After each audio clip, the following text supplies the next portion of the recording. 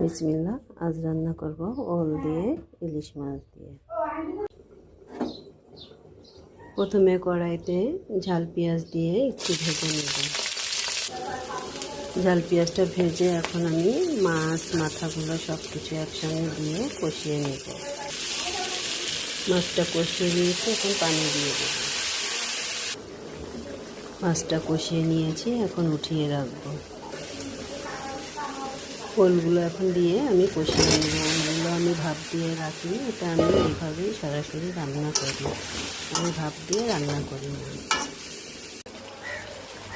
ওলটা কষানো হয়ে গিয়েছে, এখন আমি গরম পানি রেখেছি, গরম পানিটা দিয়ে দিব।